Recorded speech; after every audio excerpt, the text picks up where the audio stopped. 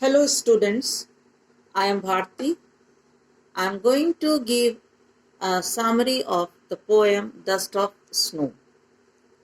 The poem Dust of Snow is a simple and short poem composed by renowned American poet Robert Frost.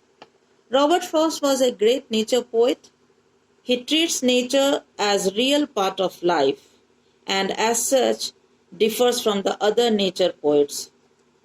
He usually begins a poem with an observation of something in nature and then moves towards a connection to some human situation. In this given poem, Dust of Snow, he has done the same. He explains how an act as petty as experiencing snow on one's body can brighten one's day up. Students, you can see that this poem consists of two stanzas. The first stanza reads, "The way a crow swooped down on me, the dust of snow from a hemlock tree."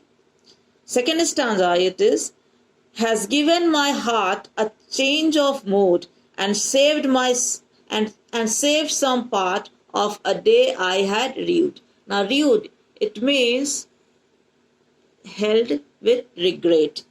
When you feel sorry for something, then that is regret.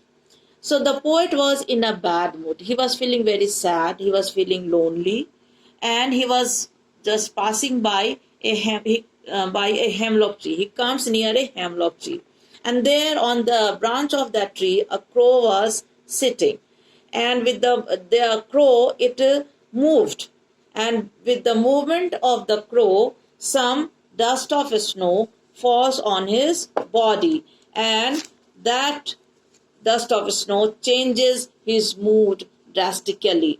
Instantly, his bad mood changes into a joyful mood. This is the main idea or the central theme of the poem. As you can see, students, that the poem is set in a scene where the poet is in bad mood and is walking by a tree, a hemlock tree. The hemlock tree is a poisonous tree that has small white flowers. As he passes by, a crow happens to throw some dust snow on him.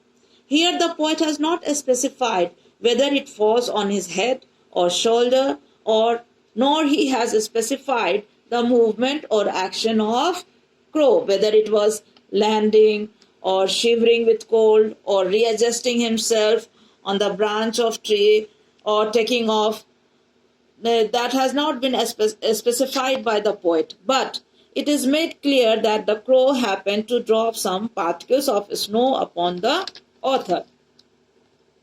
Now see the second stanza. In the second stanza, as we can see, when dust of snow falls on the poet by the movement of crow, the poet's sad and bad mood changes into a cheerful and happy mood. We should not, now the poet has given us a very strong message in this stanza. He says that we should not take anything for granted. We should not take negative things always in a negative way. A negative thing may have a positive impact on our mind. As you can see in this poem, the crow, he depicts a gloomy picture. He portrays something that is not joyful. And this crow, he generates happiness and cheerfulness in the poet.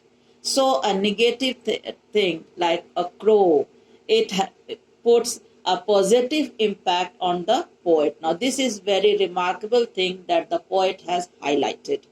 So he gives a very simple and very clear message to us that we should always keep a positive mindset and try to take even bad or negative things positively.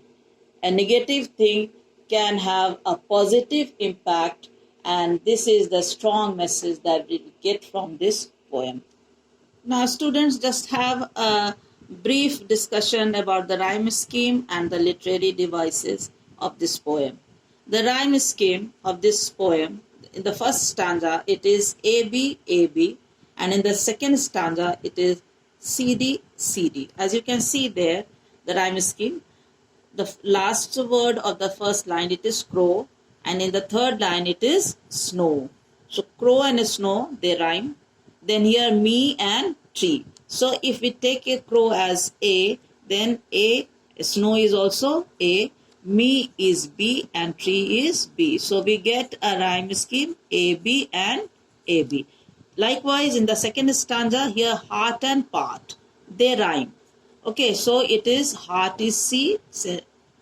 Likewise, part will also be C. Mood and rude, they rhyme. So it is mood is D. So rude will also be D.